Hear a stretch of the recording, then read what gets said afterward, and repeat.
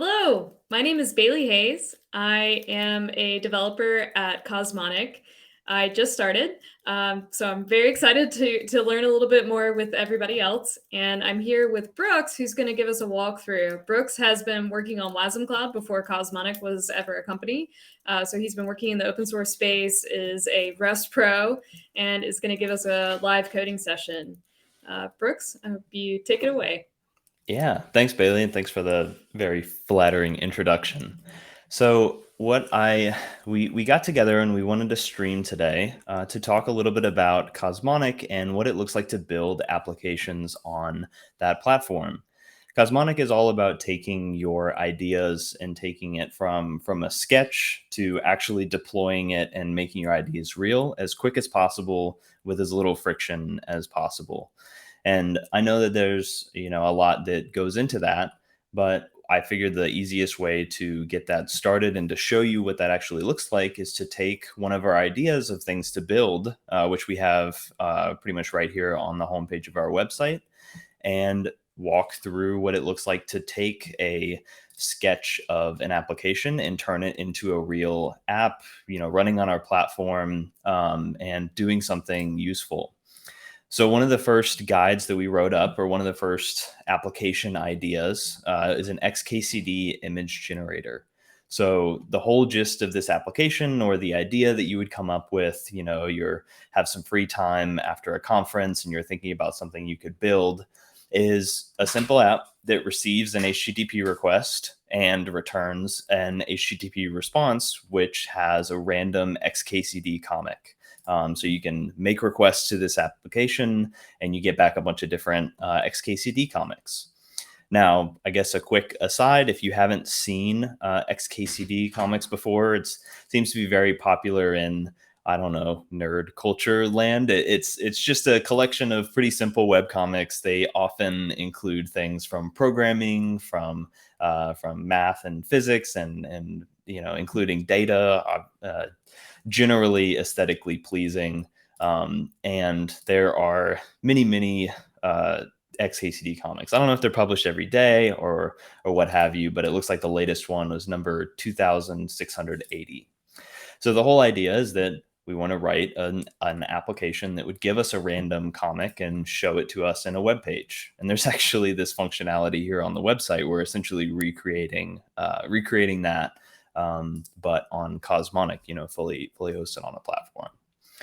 So this is the idea, and we've kind of sketched this out. We use a great tool called Xkcd to do these kind of sketched computer diagrams. But this is what the application looks like. So when you're thinking of the requirements or the things that this application needs to do, it needs to randomly fetch a comic and display it to you in a browser. So you're going to be making HTTP requests to this application in order to display it in the browser in the end. In order to actually go get a comic, we're going to need to make some kind of HTTP request to fetch, say we already have a random number, we go fetch the comic from the Xkcd site and then display it. And lastly, we just need to generate a random number, even though it's only between 0 and 2,600 something. We want to build this like a real application. We want to generate a true random number and not just kind of fake it by doing something pseudo random, I suppose. So this application itself is actually not too complicated when you look at the sketch. And there's a whole host of things that goes into building applications after the sketch that I really want to hammer in today that we're not really going to worry about. We're not really worried about where this application is going to run.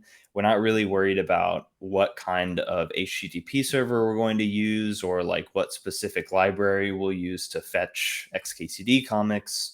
And we're not really concerned with a lot of implementation details here. And that abstraction, I'll talk through some of those things today.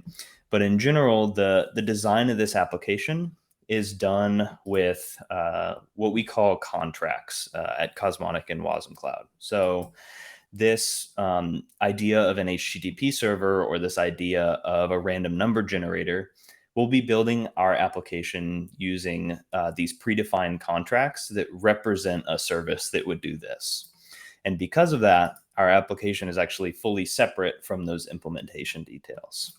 So I know there's a lot there, and I'm going to continue to unpack that as we build this application. But you'll get to see what I mean as you see the code that I write, and you notice the code that isn't present when I'm writing this app. So just before we get started, I'd like to go ahead and just talk through, if you're following along with this later, if you're following through this guide, you're going to need a couple of things before you get started. If you come to the wasmcloud.dev site and come to the installation guide, we have Wash, which is the Wasm Cloud shell. And this is essentially, Wasm Cloud is actually the platform that Cosmonic hosts. So Wasm Cloud is the open source project, the CNCF sandbox application runtime for building WebAssembly applications. And so all the development that you're doing on your local machine or to build these applications will be done through Wasm Cloud. And at the end of the day, your actor, your piece of logic that builds your application, that's the thing that you host on Cosmonic. So locally, we'll be using all open source tools, all things that you can find in our GitHub organization, but then eventually we will host it on the Cosmonic platform. So like I was saying, just to get started, you should install Wash. There's a variety of different installation methods. You can even use it locally with Docker if that's more your style, but of course that's not required. And I'm going to be building this app as a Rust application. So it's going to be, the source language is Rust. We're going to compile it to WebAssembly. You can also do this with TinyGo with the Wasm Cloud SDK, but Rust I'm generally more comfortable with, and so that's why I picked it for this tutorial.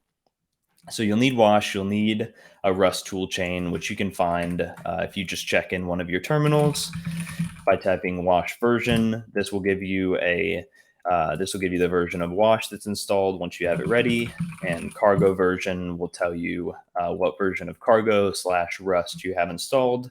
Once you can run both these commands, you're pretty much ready to go getting started here.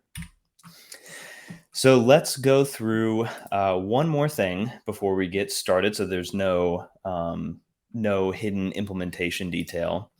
Xkcd actually provides a pretty nice API for fetching information on comics. You can find it if you go to xkcd.com/JSON. So any comic, you can pick the comic number and drop info.0.json on the end, and you can get all the metadata for that comic. So for example, this one about battery life, if we were to type in info.0.json in the end there, we get some information like the month and year that it was published on, some alt text. Notably, the things that we're going to want for our application are the actual image URL. So like the permanent URL, you can always find this comic, and the title of the comic. So we're going to display both of those things. So this is going to be really useful, and it will show up probably here in a few minutes as we start to code this up. So that's all the prerequisite knowledge that we need to start with. Let's go ahead and get started building this actor. So we need a generator actor that's going to interact with these three capabilities, and then we should be able to get down to writing our actual application logic. Now, Wash itself has a nice helpful utility called Wash New. You can generate a new Wasm Cloud project, whether it's an actor, an interface, or you can do a capability provider like the HTTP server or HTTP client. But what we need for today, what we're going to implement our things with is an actor. So we can create a new actor called Xkcd generator. And we have a choice of template. Hopefully this isn't getting cut off. Looks okay. We have a choice of template. We can pick the Hello World actor in Rust. This is a pretty simple actor that feels very much like a Hello World example. Well, because it is. And I'll walk through this really quick to show you what the Hello World of Wasm Cloud looks like. and then we can get into the Xkcd implementation. So an actor with Wasm Cloud is a stateless reactive component. So when you run this actor, it's going to be sitting there waiting for you to send it an invocation. In this case, it's an HTTP request. It could be a message over a message bus like NATS or Apache Kafka, things like that. Now, I spoke a little bit about contracts, and I may have used the word interfaces. Yeah, you can kind of use them interchangeably here.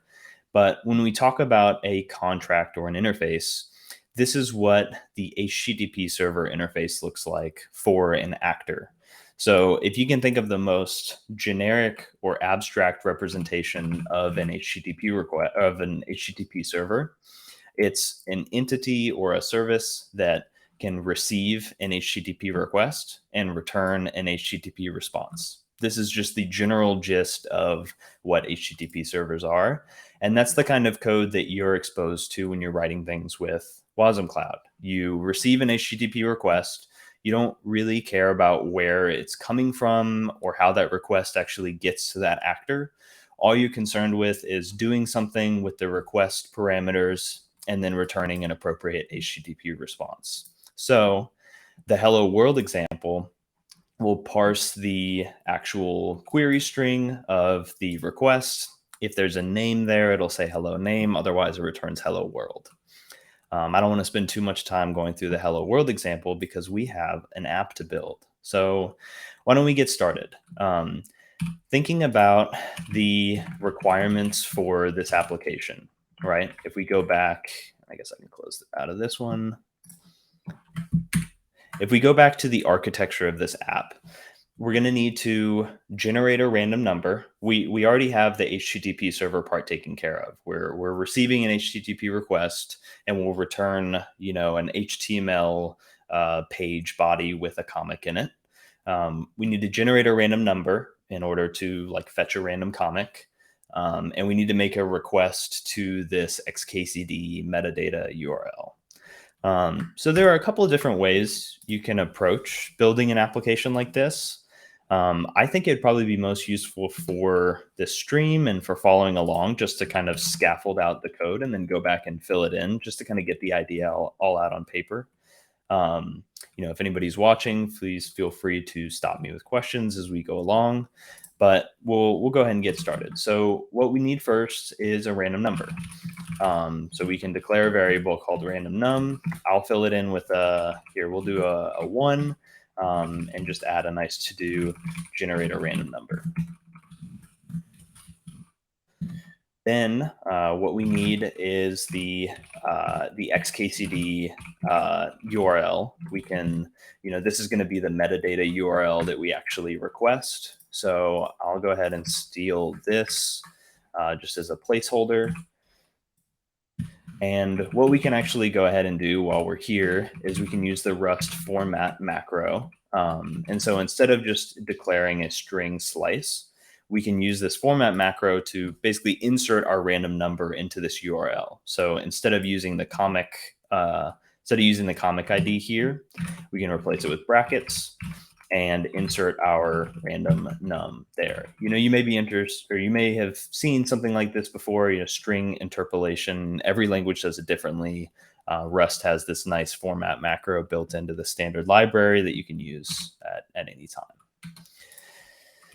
So the other pieces of information that we need are the actual response body. So the thing that we're going to return for our HTTP request, we want to send an HTML page back. So this one, the way that we're actually going to build this is, again, using the format macro, but we're going to use a raw string. And all this really does, when you're doing this in Rust, make sure that it's not going to, when you write a string, it's not going to collapse new lines. It's not going to alter the format of the string. I don't actually know if that would end up being a huge deal when returning this. I think HTML is generally smart enough to not worry about the blank space, but it's nice just to make sure that Rust doesn't collapse this into an unreadable mess. So I'm going to save you the pain of watching me try to open and close HTML tags in a Rust string, and I'm just going to copy over something that I wrote up a little earlier. All it is we're saying it's an HTML page. We are modifying the title of the page, saying it's a random comic. And then in the body, we'll have a heading with the comic title and the image source. So just as before with the format macro up here, we have to provide it information to stick in these braces. So what we actually do need is the comic title, which I'll just leave as an empty string for now, and the comic image URL, which again, I'll just leave as an empty string. So first comes the title, and second comes the image URL. Perfect. So this body, this HTTP response body that we're going to send back, we can go ahead and replace this format string that we had earlier. And just because this happens to work out with types and everything, I'll have to just talk about this really quick. We're taking a string and turning it into a byte slice in Rust, and then we're turning it into an owned value so that we can return that as an HTTP response. Now I'm happy to talk more about that if there are any questions. That's more, that dives more into the Rusty side of this tutorial. So I'm just going to leave it there, but please feel free to drop any questions in the chat. So with that, we have actually scaffolded out most of our application. Really, all that's left is to make HTTP requests for metadata, right? But we need to generate a random number. We need to make a request of the URL that we found, and then take that title and image URL and put it into an HTML page. So here comes the part where we get to use the Wasm Cloud interfaces to write this application. Normally, if you were writing a little microservice or writing an application in Rust or really whatever language of your choice, now is the time where you would go search for a random number generator library. You would search for an HTTP client library. You would figure out how to configure those and how to stitch them together into your app and make sure that you can, get certificates right and make sure you're requesting the right URL. But here is really where the simplification of writing applications comes in with Wasm Cloud. We've already simplified the process of getting this HTTP request. From the perspective of this actor, we don't have any idea where it's coming from, and we like it that way. Let's go ahead and go find something to do our random number generator. So in the architecture diagram in the sketch, we have the built-in number gen provider here as the placeholder. And generating random numbers isn't something you would really think of as anything that's sensitive or that you would want to separate out from your application logic. But WebAssembly modules actually can't generate random numbers on their own, nor can they make HTTP requests or connect to a database. It's all in a deny by default sandbox. So all of these capabilities or all these contracts that we plan on using, we need to explicitly declare them, and the actual host, in this case Wasm Cloud, needs to give them the ability to do that. Now that's all the technical part, right? But from the perspective of building an app, all you need is to use the number gen library from Wasm Cloud. So it's not all of those things creep into your building the application. So, Brooks, are you saying actors are WebAssembly modules? Do you mind telling me what an actor is? Yeah, I'd love to. So, an actor is essentially a WebAssembly module with a little bit more custom things for Wasm Cloud. And what I mean by that is we would take you write your application in the language of your choice, so Rust or TinyGo, or ideally in the future any language that compiles to WebAssembly, and then you add a certain set of imports and exports. And now functionally, a WebAssembly module can't do anything other than try to import functions from the host environment or export functions that it itself has defined. Now, that's all handled by the Wasm Cloud SDK. It would be handled by any SDK that you are actually developing with Wasm or in Wasm land. But in general, this actor is a WebAssembly module that has exports that allow you to call functions of capabilities, and it has information. It's signed for Wasm Cloud, and I will talk about the signing aspect of that, like who has signed the WebAssembly module, what it's actually allowed to access. And I was going to do that as soon as we got to like building and signing this actor. Cool. And so do I need to worry about what these providers are, like what language they're written in, or are they WebAssembly as well? Nope, you don't need to worry at all about where they're actually coming from. The capability providers themselves are actually things that you get to choose as an implementation detail. We're building our actor here in terms of contracts. So the whole idea of an HTTP server, that's the contract that you're building your actor with. But the specific provider can be written in any language. It can have any kind of client SDK or library to form that HTTP server. Those are all things that you get to pick at runtime based on your requirements. Now, HTTP server is pretty generic, but as soon as you get into things like data storage and like key value stores or SQL stores, those generally have very strict requirements for when you actually run your application. If you're running in a certain cloud, you may use that cloud provider's specific database, and that's when you would want to pick your capability provider. But those themselves are not written in WebAssembly, at least not yet.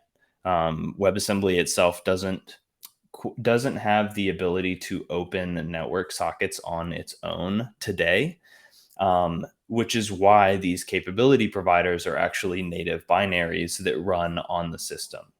Now, as soon as that support is there, we plan to make full use of the WebAssembly system interface or WASI in order to make those providers also be WebAssembly modules.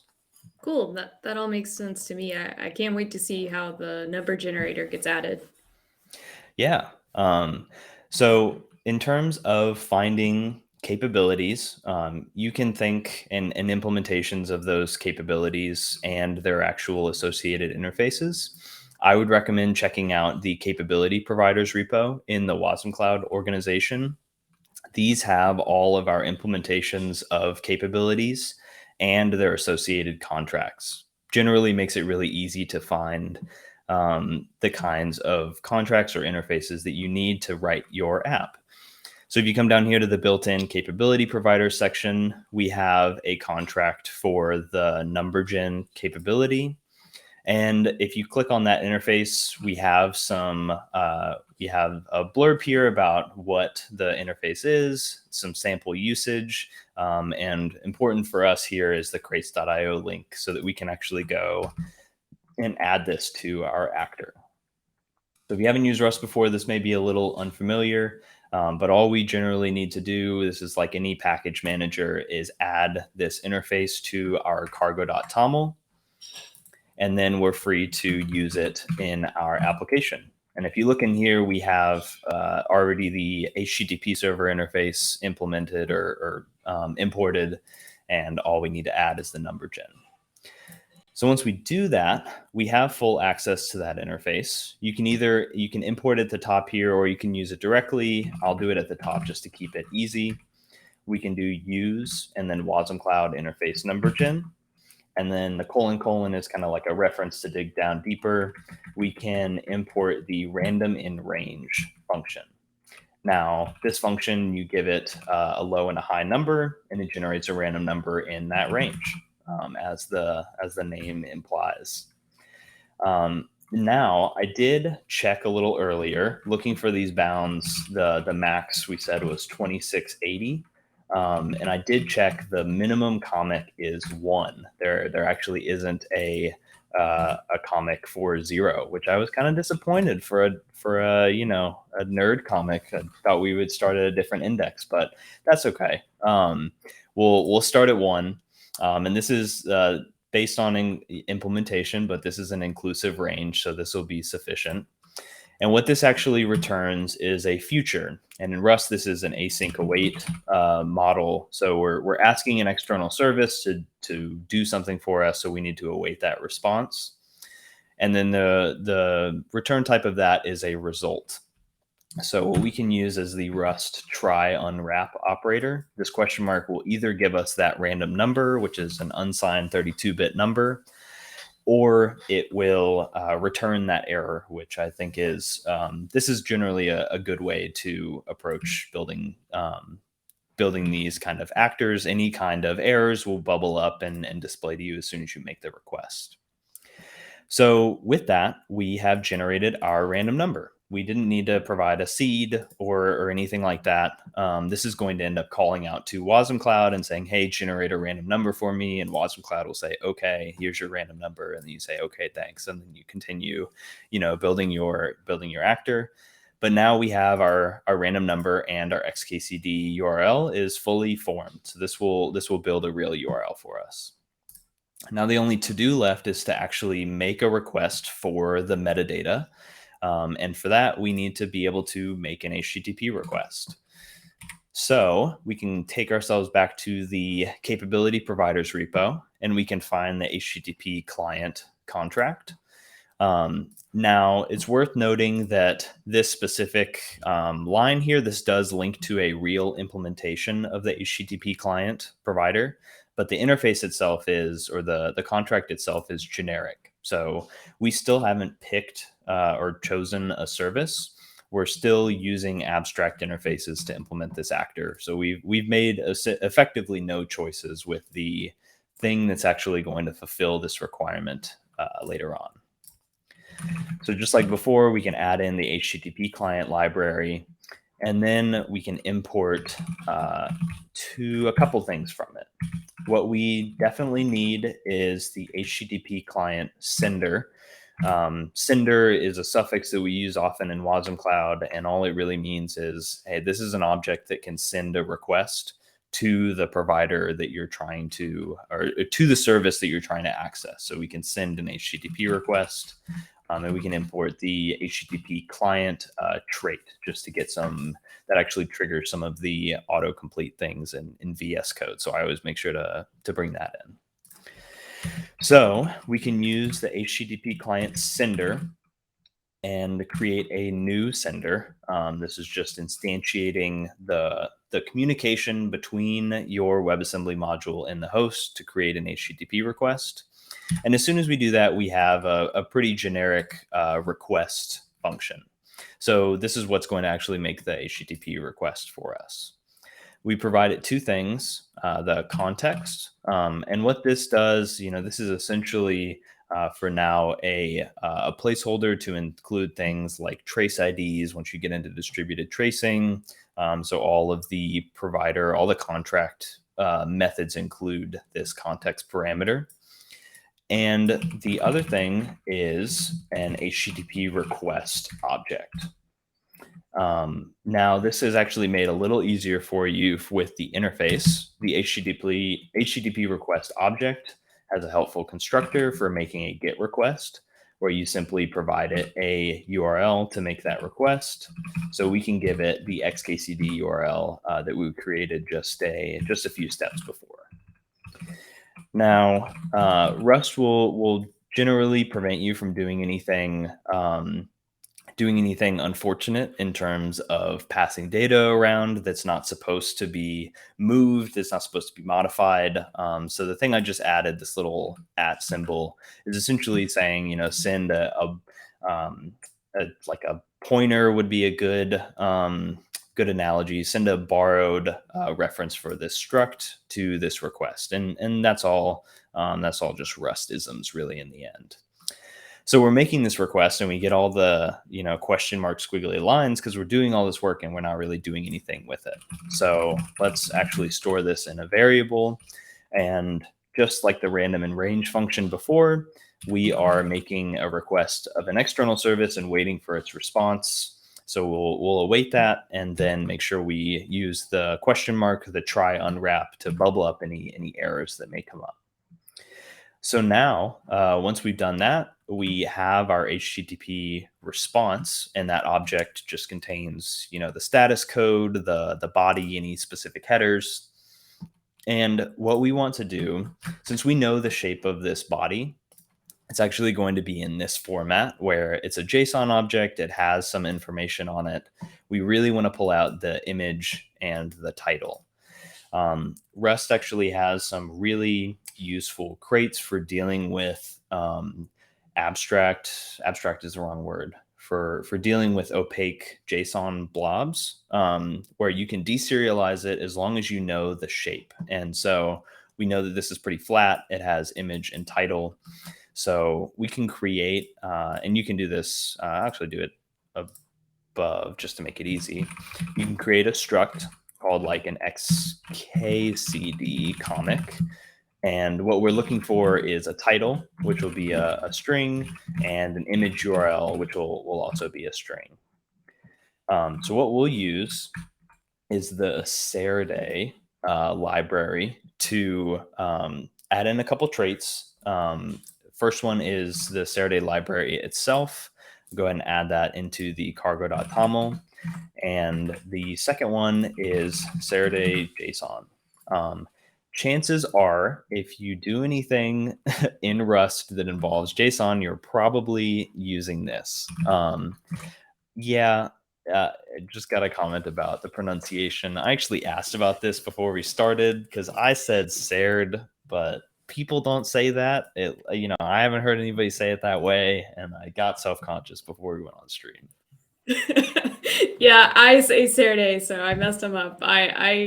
I also pronounced Hermione wrong in my head when I read Harry Potter books, so I don't know. Maybe don't trust the way that I pronounce things, but definitely that's the correct spelling. So good job there. I'm just going to not say it anymore. So we can use that library, and we're going to do something very Rust specific. We're going to derive a trait, and we can use that library's deserialized trait. This will essentially just add on some extra annotations to this struct. So we can actually take a string or a byte slice and deserialize it into this structure. Now you may notice that there are a lot of other fields on this. So if you check here, there's things like month, number, link, all that stuff. Since we don't care about it, we can actually just ignore it. All of those fields will just be dropped into the void. So taking this response, the response body, we can deserialize that into our Xkcd comic. Our Xkcd comic object. So I can give it a type annotation. It's not strictly required. You can do it in a different place, but this is a little bit easier. And we can use the JSON library to deserialize from a byte slice. And we can pass that the HTTP response body. Now that's going to return a result because deserializing isn't always successful. So we're going to want to unwrap that. And the actual error type for this library that I'm not going to say is different than the error type we're expecting. So we're just going to do something really simple. We're going to take the error type that it returns to us, and we're going to map it into a type that we expect.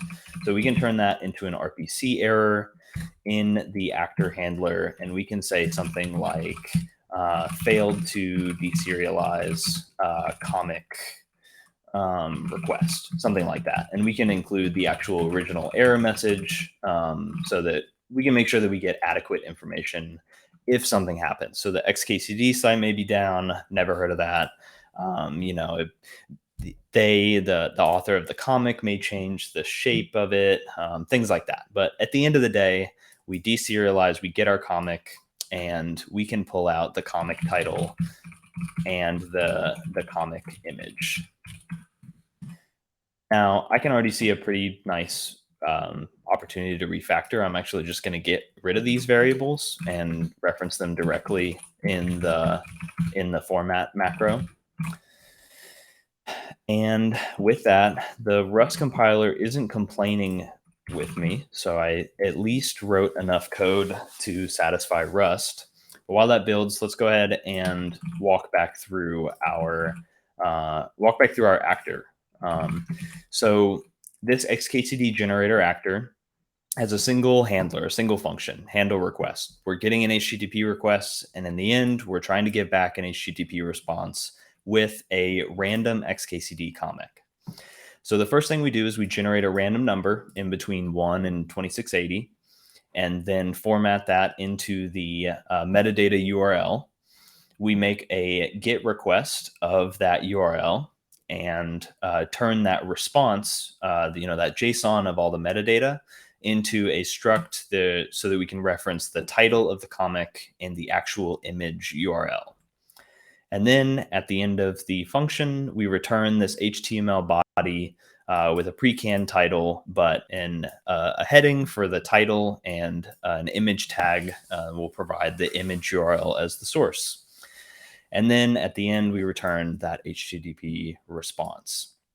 So this is actually the full implementation of this random Xkcd actor. And it really, other than Rust collapsing a couple things for readability and about, 12 lines to write an HTML file, this is a pretty succinct actor. I know that I've gone through and explained a lot of things as we were going through this, but building this actual actor, I hope you can see, hasn't actually taken very much time.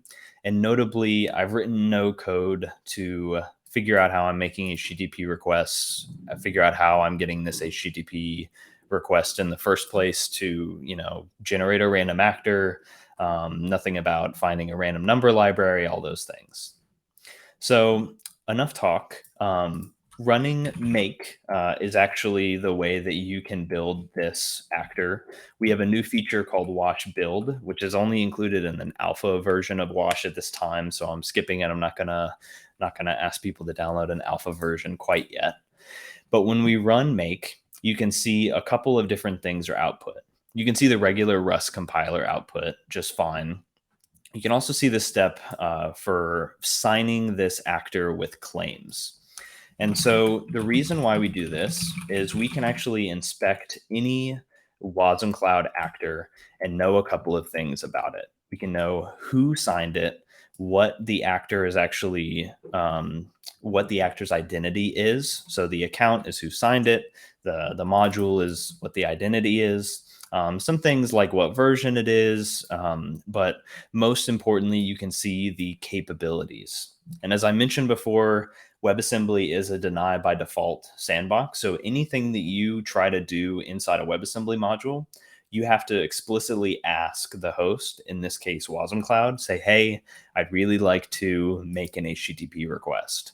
And so if you don't have that capability claim here, you're denied automatically by Wasm Cloud for doing that. So right now, this actor actually can't even do all the things that we need it to. It can act as an HTTP server, but it can't generate this random number and it can't make this HTTP request. So we actually need to tell Wash to sign this actor with that. So right now, this is contained in the make file. However, this in the future will be stored in this thing called a wasmcloud.toml. The instructions are essentially the same. We have this list of claims, and we need to update it to say all the things that we are, all the things that we're going to use. So this actor will make HTTP requests, and it will utilize the Wasm Cloud built-in number gen capability. Now, all these claims are, you can find them again in the capability providers repo, the actual contract that you're using, and under the contract column here. So if you forget it, it's a good place to find it. And simply running make again will re-sign that actor. And we can see now this actor is going to do both HTTP server and HTTP client. and access a number generator function. You can tell, even though we've added all these things, that this actor will never be able to reach out to a file, never be able to access a database, all things like that. There's multiple levels of security that I won't go all the way into, but are pretty exciting once you get to writing more and more examples. So So, yeah, Brooks, I've always heard in Rust that if you have your code compiled, that means that the code is correct. Uh, but in this case, we didn't get a compilation error because we didn't have the capabilities to do all the things that we needed. Would we have gotten a runtime error? What would have that look like? yeah, great question. So as I mentioned, I think I just said it wouldn't work, right? And what that really means is, just like you said, you would actually get a runtime error for this actor as soon as it tried to use a capability that it's not allowed to. So if we were to remove the HTTP client capability here, the actor would receive an HTTP request, it would generate a random number, and then as soon as it tried to make this HTTP request, it's denied before it even leaves Wasm Cloud to go to the HTTP provider. We can detect that it doesn't have the capability claim to use that, and we return an error saying, hey, this actor doesn't have the capability claim HTTP client.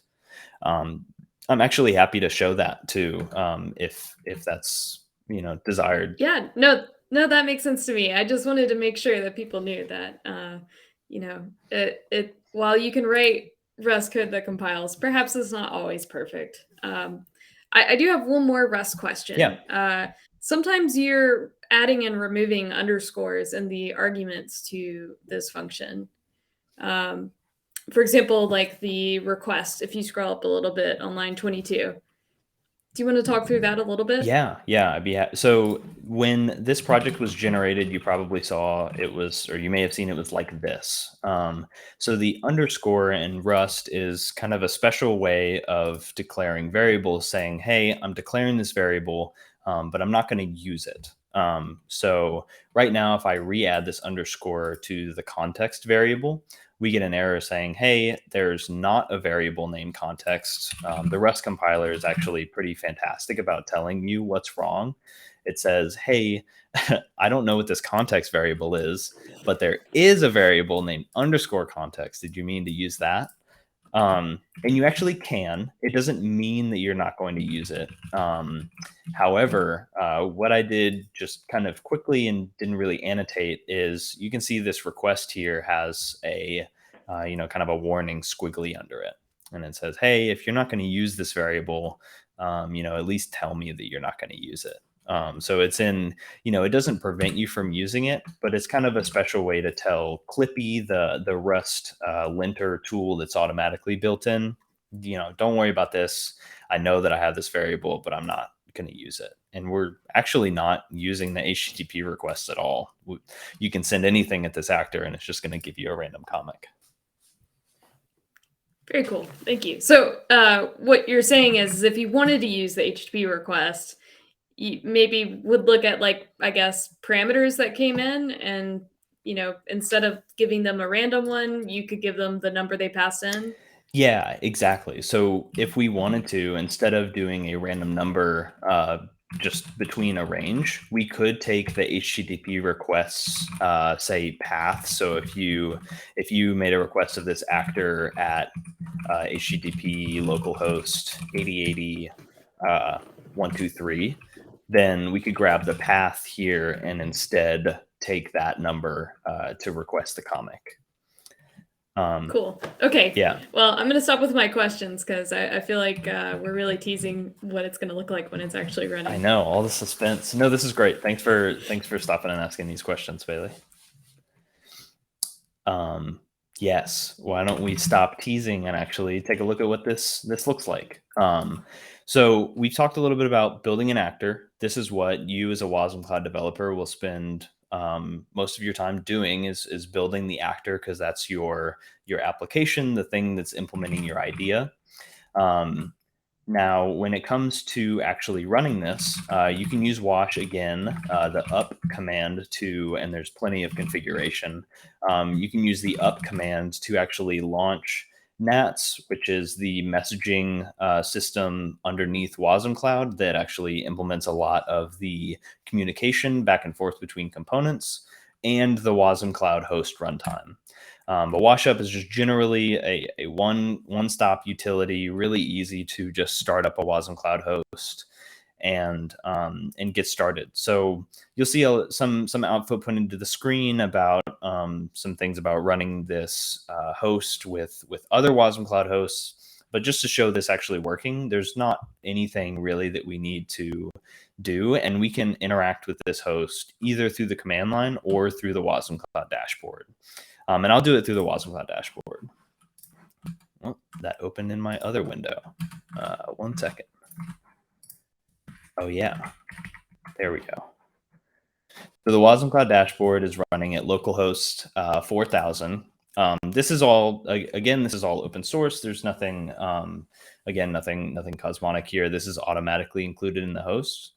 And what we can do is we can start our actor from a file. And I've luckily already got this open.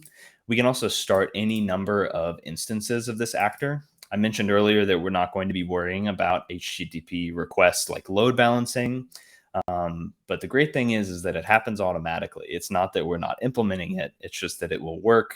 We can schedule 100 instances of this actor, which, you know, I'll do it later, but I'll just start with one for now. So we've talked about the capabilities, and as we were coding this app, we were all using interfaces. So none of it was a concrete implementation. Now is the time you pick your concrete implementation at runtime. So we can use the Wasm Cloud capability providers for this. And all the capability providers, all the Wasm Cloud example assets are actually stored in an Open Container Initiative or OCI compliant registry. Same way that people are used to delivering Docker containers, these artifacts are served from Azure CR. But again, these are just kind of details that you don't really need to worry about. So we'll take the HTTP server capability and the HTTP client capability. This is a little hacky. I have these badges, and if you click on them, it's really tiny up there in the top, but you can actually highlight the text on the badge. So, you know, bear with me as I do the hacking. But if you copy that, we can pick the latest version of the HTTP server, and we can run it, download it, and Wasm Cloud will orchestrate running that. Second, I'm just going to do the same thing with HTTP client. We can start this capability provider from a registry. You can also start these from a local file if you have them downloaded. Same thing with actors, you can do from file or from registry. But since most of the time you're not going to be writing these capabilities, you're writing your app. So you'll download them most of the time. And the last one, you know, from our little image diagram, we have server, client is the built-in number gen provider. This one's actually included with Wasm Cloud, so there's nothing special we need to do there. Now, the last step is just telling Wasm Cloud that these components are allowed to and should be communicating with each other. So any HTTP request that this actor tries to make will use this HTTP client provider. So in order to do that, you define a link. So we'll go between Xkcd and HTTP client. These are actually going to communicate on the contract HTTP client, just like we declared in the capability claims. And you can provide any configuration, any runtime configuration here, but none is actually needed for the HTTP client. However, when we link this actor to the HTTP server, we'll use the HTTP server contract. We actually get to specify a port. So we can say, you know, port 8080. Hopefully this is pretty legible, but we can say, hey, I want this, all the requests that come in on port 8080. And actually, if you're doing this in Docker, it's recommended to use the address value instead to specify 0000. Something special about Docker networking, if you use localhost, that's not really it's not resolvable from your host machine. So anyways, for all the people, if you're doing it in Docker, we'll use this instead. But local address on port 8080. And now this HTTP server provider spins up a port to listen on and will forward requests to our actor. So if we go to localhost 8080 and we hit nice and we hit request, we will just get random Xkcd comics. So each time you refresh, this is the title of the comic, this is the actual comic itself, and it's all being done with that one little WebAssembly module that we just coded up. And it's really awesome to see this kind of thing work because of how little code we actually needed to write. I know it's taking a little bit more time through the narration, but actually going from this sketch to actually creating the actor, and I did promise, so we can start 99 more instances of this WebAssembly module. So going from sketch to actually creating that scale is easy. And it doesn't require a lot of effort, like a lot of processes now take when you're writing cloud native apps. You just get down to writing the actual logic of your application, and everything else can come with the platform, can come later. I think I'll just pause here. I know there's been some stuff in the chat, so I'll just pause here for any questions or things before we kind of take this to the next level and host this on the Cosmonic platform instead of just running this locally. Oh, that was so cool. You did it so fast, I didn't have time to give you a drum roll. It just instantly loaded, but I guess that's the beauty of localhost, and I guess the system's really fast. Do you mind talking a little bit more about like what you just did with bumping the replica count, and what does that actually look like on the machine you're running on? Yeah. So this count is the number of WebAssembly modules, or the number of actors that are actually instantiated in memory. So each one of these ends up being about 2 megabytes. That's with Rust.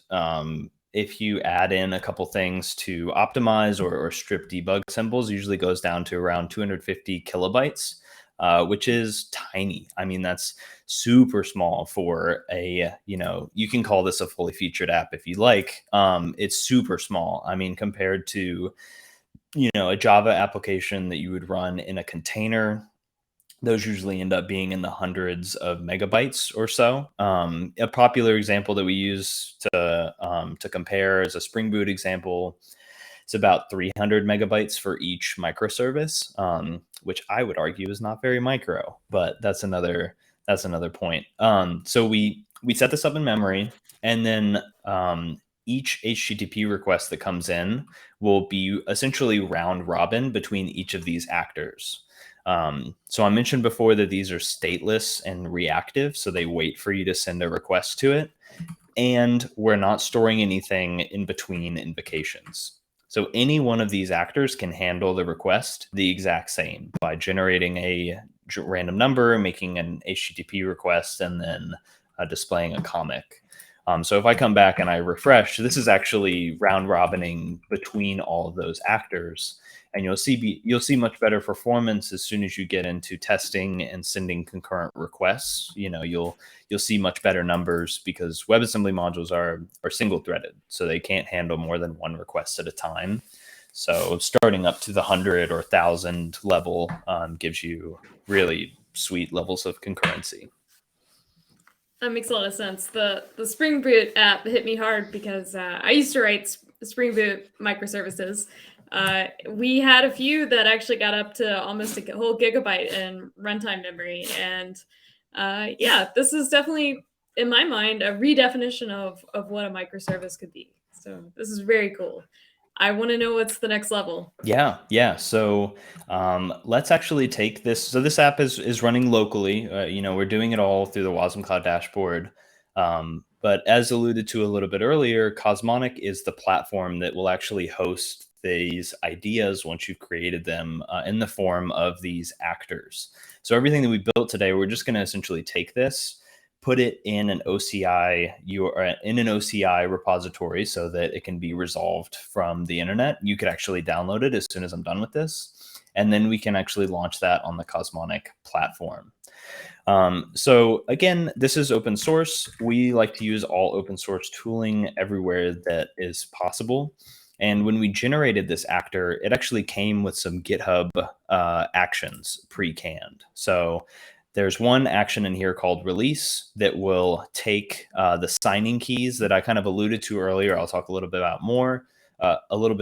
that, and then build the actor and release it to GitHub packages, which is always free for open source. Love it. It's so nice to be able to be working with these kind of tools.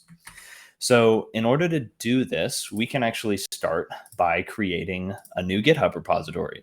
I'll call this Xkcd generator. This is essentially what you would do, right? Wasm Cloud Xkcd actor. This is what you would do to go through this example. And we can create this repository. And then all the work that we've done locally, we can push that up to this repo. So I'm going to use Control-C to close out of the local demo. Remind me later if I try to make it work and it doesn't work, that's why that happened. And then I can go ahead and use Git to stage everything for committing. And then did I copy the right thing? Yeah, so I usually actually just copy all these 4 bottom lines because it commits them, makes sure that it's the main branch, and then pushes them to this repository. So you can just copy and paste all of that. It will commit everything into Git and then push it up to the remote. So if you refresh here, all of our files have come in nice and dandy. So if you look in the source lib, this is all the code that we just wrote, which is pretty cool. So now we have the ability to create a release or to push a tag, and that will actually build our actor for us. But there's a few pieces of information that we need. So you can actually see that in the GitHub workflow here. We need 3 environment variables or secrets. The issuer key and the subject key tell you where the actor is from and who signed it and who it's trying to be.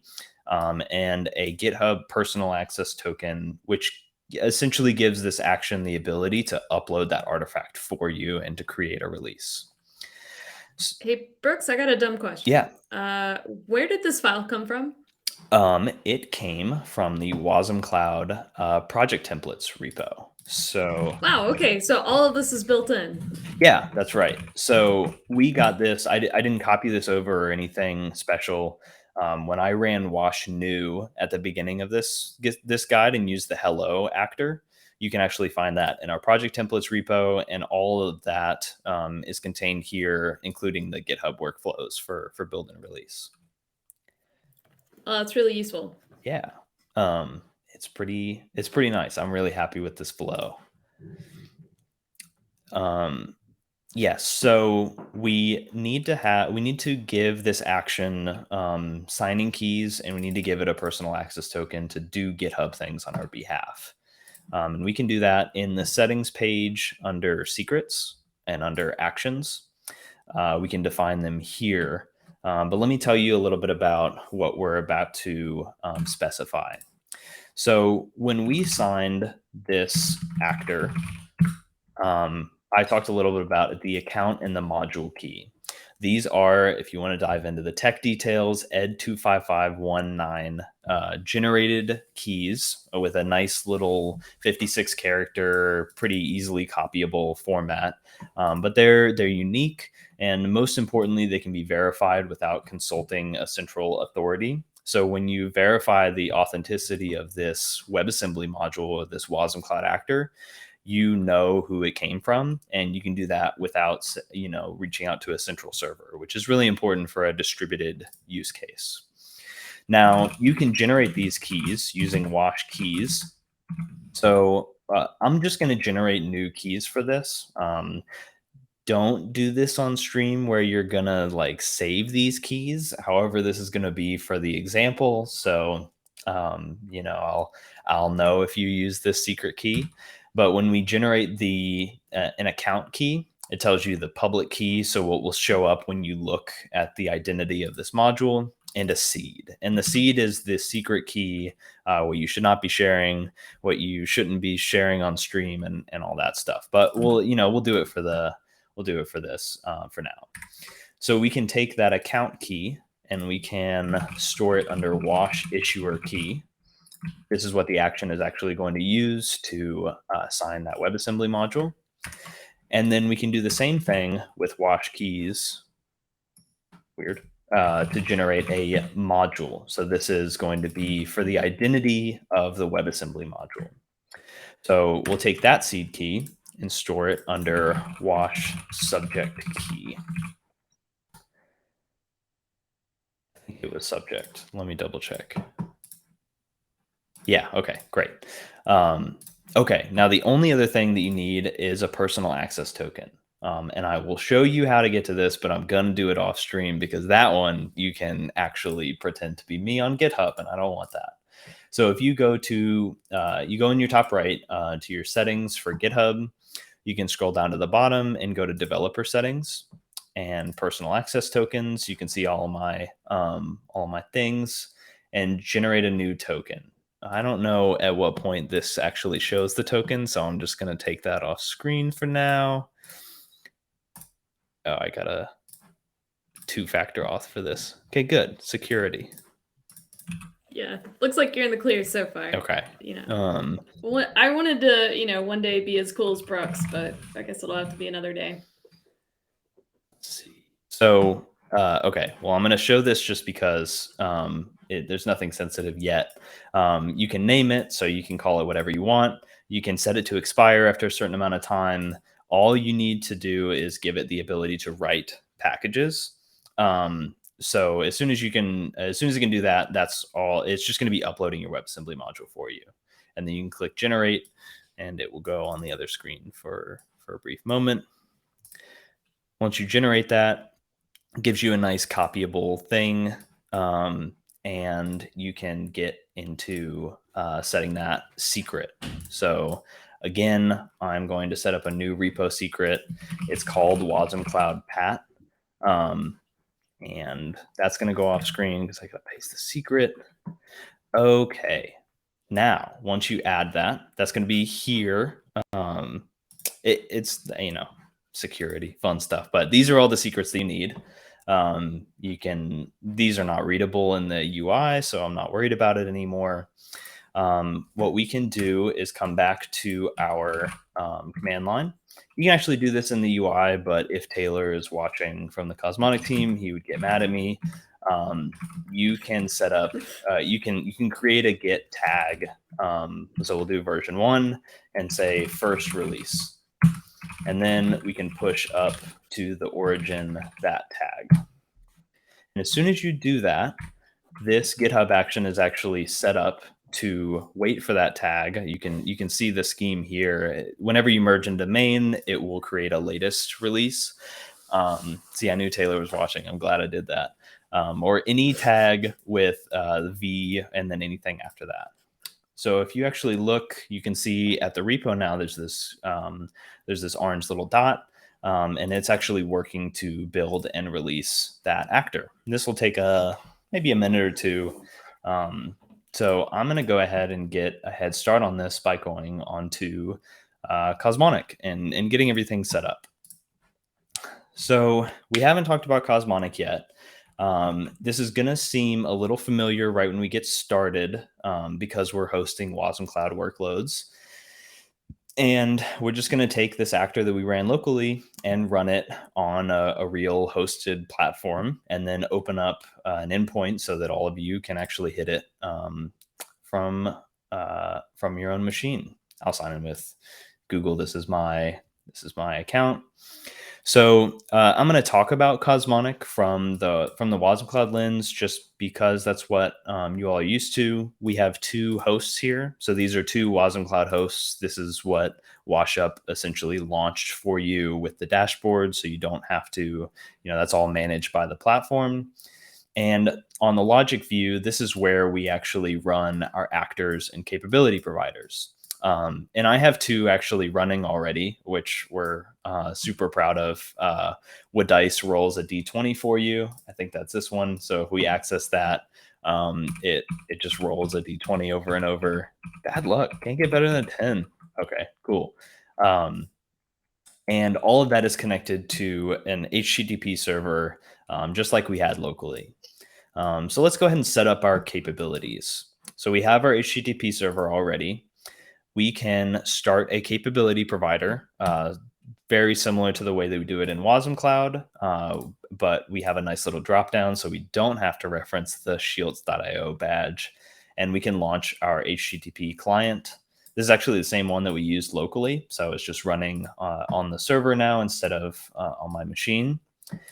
And as soon as this actually finishes up and releases, we'll be able to start that actor.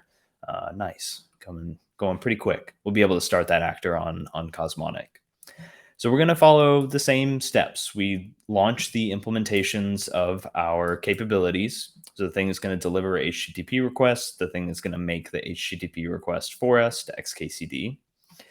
And then last but not least, we'll create in Cosmonic, we call it a wormhole because it's a space theme and we love that, which is just an ingress point into that specific actor.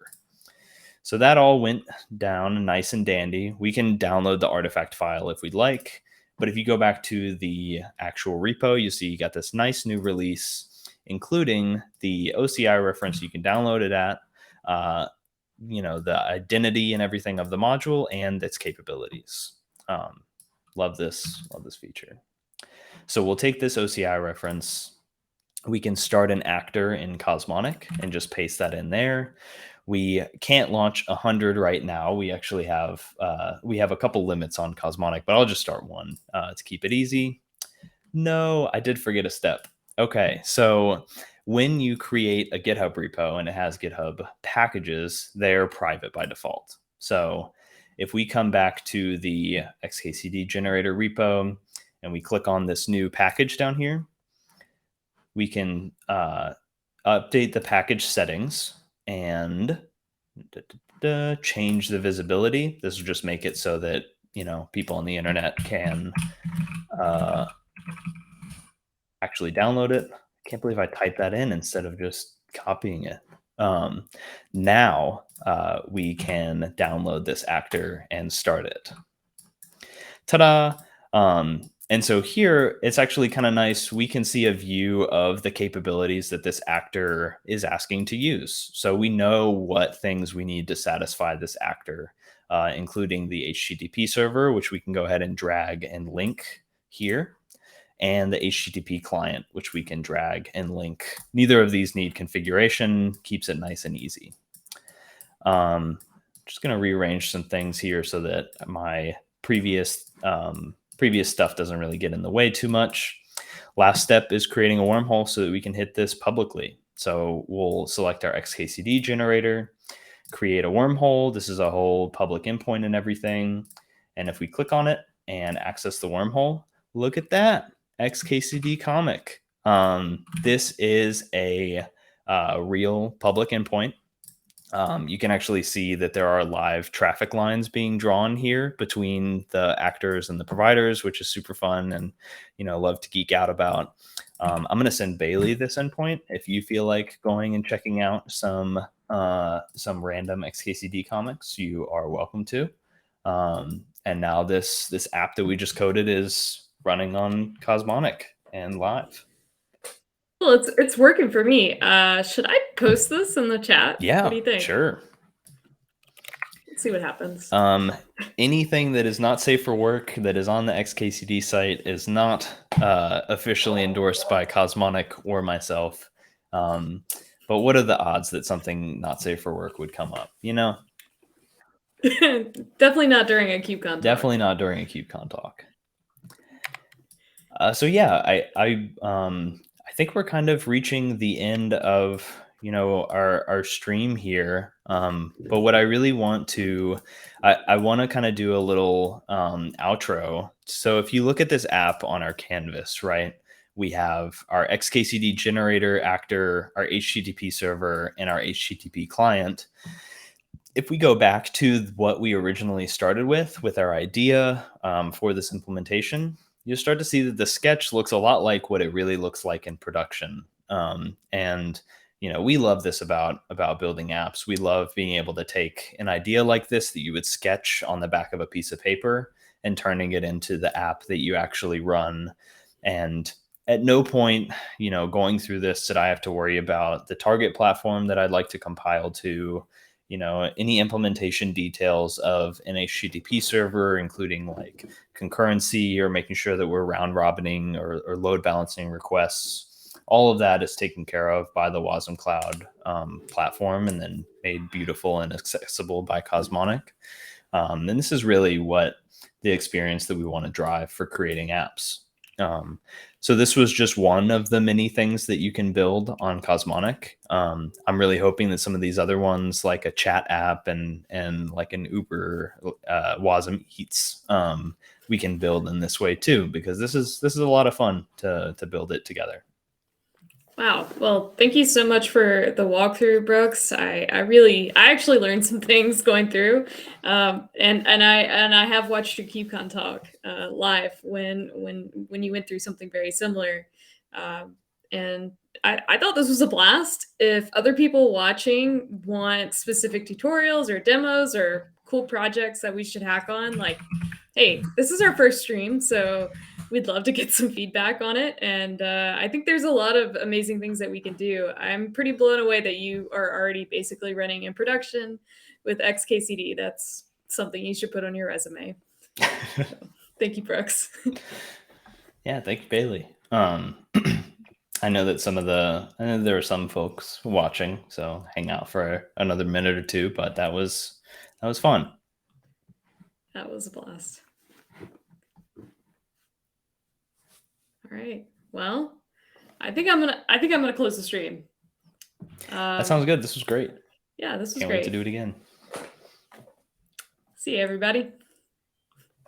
Oh wait, before you close it, okay. just in time. All of this code is hosted in my repository now, but we're actually going to be taking this and open sourcing it under a Cosmonic repo called Things to Build. So the content from this stream and the source code will all be open source. You can always refer back to it, and we'll basically take the steps that I took here and turn it into a set of instructions so that you can follow along on your own as well. I am glad I didn't forget to say that. Just in time. Okay, so future code explorers, we will attach links and things to the description of this video later on. There isn't any code right now because you just wrote it. So you'll need to open source that repository, but we're going to move it under github.com/cosmonic, I'm guessing. Okay. Yep. So look around here-ish at some point. So yeah. All right. Thank you, everybody. Have a good evening or day. Thanks all. Wherever you are in the world.